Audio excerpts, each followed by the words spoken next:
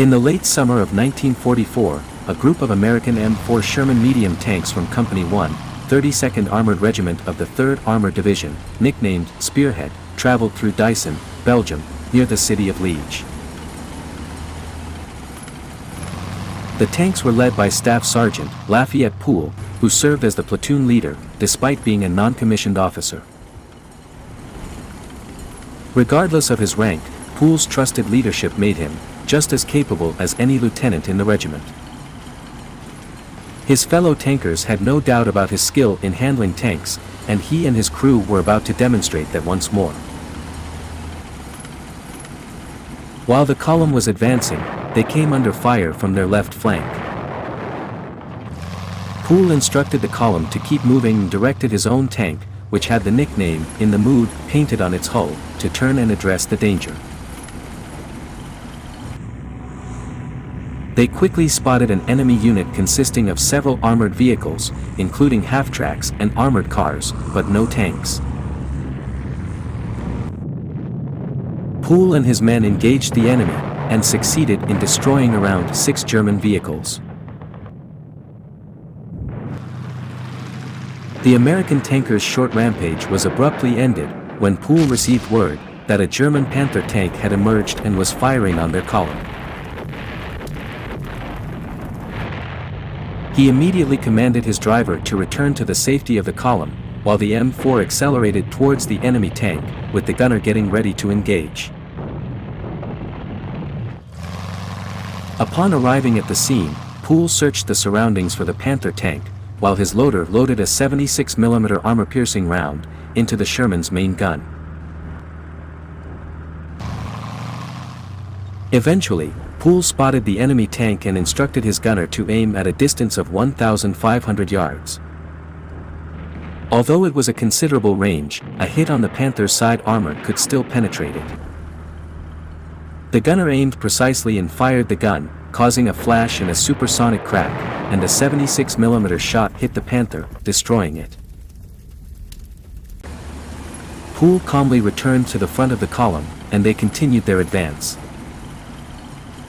This was another achievement for one of the most outstanding tank aces in the U.S. Army. Before we go any further, I need to take a minute to thank the sponsor of this video, which is Factor. For those who do not know, Factor is a meal prep company that delivers fresh, chef-created meals directly to your doorstep. Their meals are expertly designed by dietitians, using fresh ingredients that are never frozen, to guarantee high-quality nutrition in every bite. Every week, Factor updates its menus with a selection of 27+ meals and 34+ add-on options. With Factor, you can say goodbye to time-consuming meal prep and cleaning up, and no longer rely on unhealthy fast food options. We no longer have to worry about deciding what to make for breakfast, lunch, or dinner. Additionally, Factor caters to those following keto, low-calorie, or vegan and vegetarian lifestyles. Speaking from a personal standpoint, I find Factor to be an excellent choice for lunch. As someone who works from home, studying history, and creating videos, it can be challenging to find a satisfying meal during the day. Factor helps me avoid fast food and ordering in, with no-nonsense delicious food that's ready quickly, all without disturbing my work schedule. Choose Factor for a convenient and smart way to eat healthy.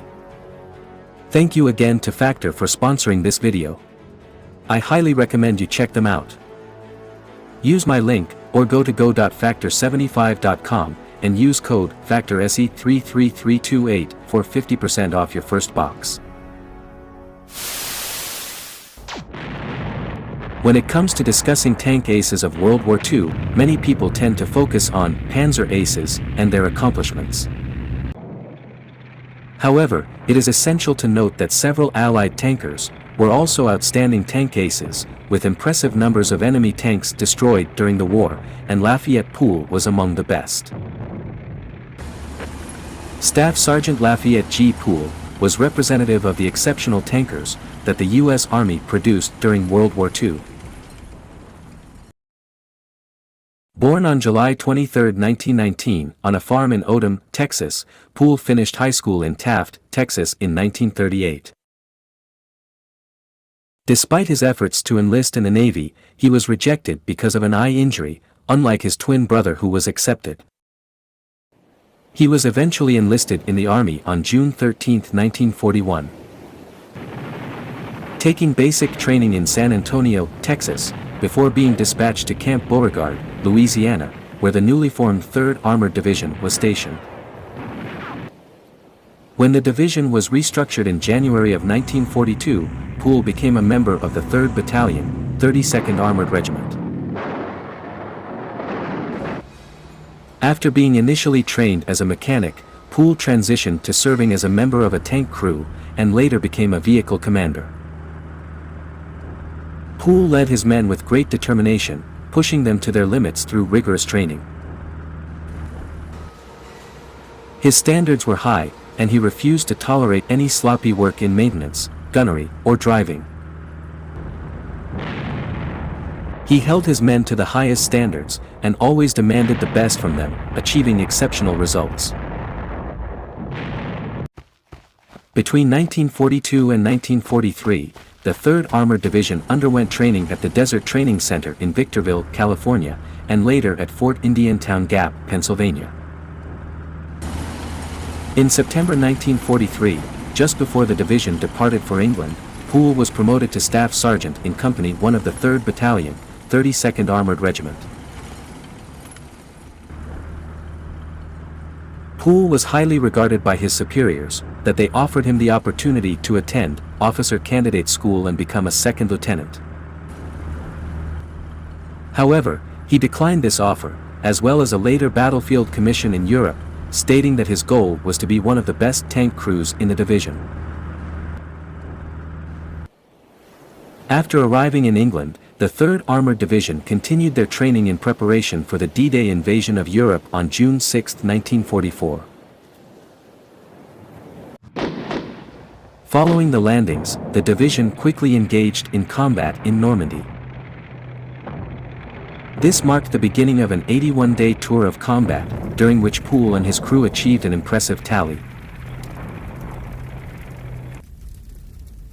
In less than 3 months, they managed to destroy 258 German armored vehicles, including Panzer IV and Panther tanks, Sturmgeschütz self-propelled guns, various types of tank destroyers, and half-tracked personnel carriers.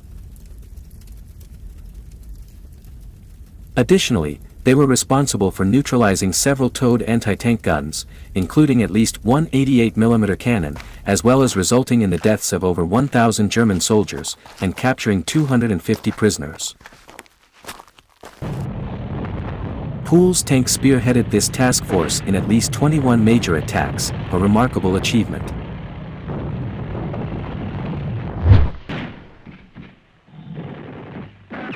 On June 29, 1944, the 3rd Battalion saw their first combat action northeast of St. Lo, near Villefranche. During this time, Pool had a near-death experience, when his M4 tank, equipped with a 75mm cannon, and called "In the Mood" after the famous Glenn Miller song, was hit by a Panzerfaust anti-tank weapon, while entering the village of Les Forges.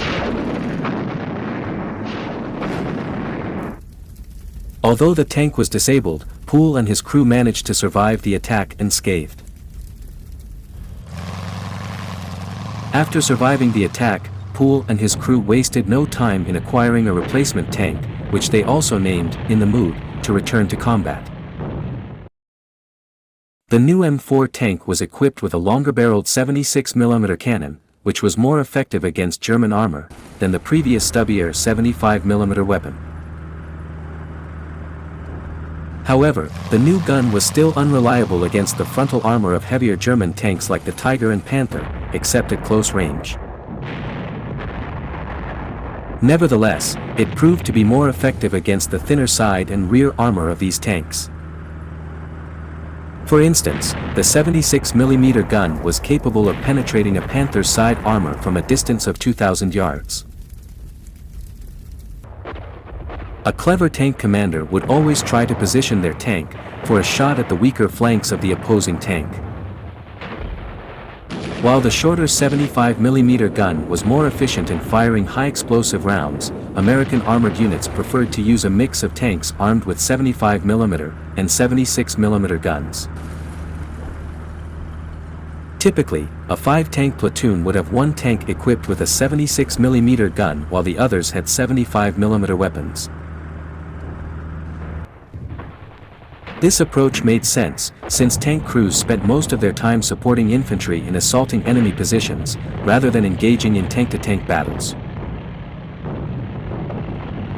Therefore, when enemy armor was encountered, having a 76mm armed tank, like Pool's, in the platoon was advantageous.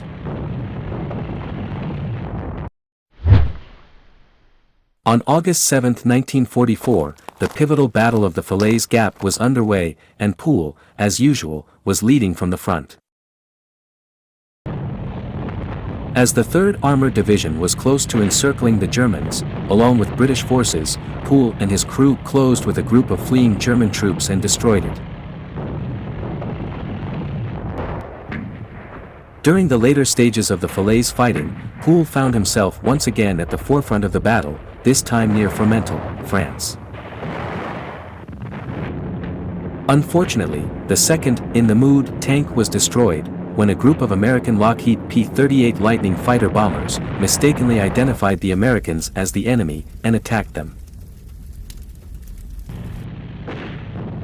Pool and his entire crew once again managed to survive, and were soon operating a 3rd In the Mood tank, which also had the 76mm cannon. In no time, they were back in the thick of battle. During the Colombier battle in France, Pool's tank, which was leading the column, came dangerously close to colliding with a Panther tank. The Panther crew fired 2 shots, both of which missed their target. However, Euler, who was serving as the gunner, managed to fire a single shot that successfully penetrated the turret, and internal explosions blew the turret clean off the hull of the Panther. Pool and his crew continued to enjoy their good fortune. The 3rd Armored Division continued their advance into Belgium after the fighting in France. At Namur, a small city on the Meuse River, Pool and his crew destroyed 16 enemy vehicles in a single day, which included half-tracks, assault guns, and several self-propelled anti-tank guns. The division then headed eastward, towards the German border, and approached the city of Aachen. Pool was frequently in the lead, vigilant and self-assured, perched on top of the tank. As Pool was claustrophobic, he preferred to sit on top of the tank, or stick his head out of the commander's hatch. Despite the increased risk of enemy fire, most good tank commanders chose to do this, because it offered much better visibility. Pool's luck eventually ran out at the town of Münsterbusch, south of Aachen, Germany, on September 19, 1944, while leading the breakthrough through the West Wall. The crew was scheduled to return home for a war bond tour in a few days. This time, In the Mood was a flank guard for the task force, rather than the leader. Pool discovered a large anti-tank gun concealed inside a home. When Pool's loader, Boggs, was sent back for a hearing checkup before they rotated to the States, they had a replacement loader that day. The new guy jammed the gun by jamming around in the breech. Unable to fire, Pool yelled to back up as the first shell hit the turret, blowing Pool off the tank onto the ground. He came down running, his right leg folding like an accordion. He injected himself with morphine, sat down, and attempted to cut his shattered limb off with his pocket knife. The rest of the crew didn't realize Pool was gone. When a second round struck the tank's exterior, the driver continued to back it up. The explosion sounded like the gong of a massive bell, and the tank was filled with the stench of burnt powder and a shower of bright sparks. The task force commander, Lieutenant Colonel Walter Richardson, witnessed, in the mood, slowly approach a cut bank and topple over, almost upside down, as if in slow motion. Richardson rushed up to Pool and delivered another dose of morphine. Medics arrived moments later, gave him another shot of morphine, and began working on his badly bleeding leg. Pool's battle was over. His shattered right leg was subsequently amputated, and he was discharged in June 1946. After spending 22 months in rehabilitation and receiving a prosthesis, Pool established a gas station and garage at his home in Sinton, Texas. He then started a number of other enterprises, before re-enlisting in the Army and joining the Transportation Corps.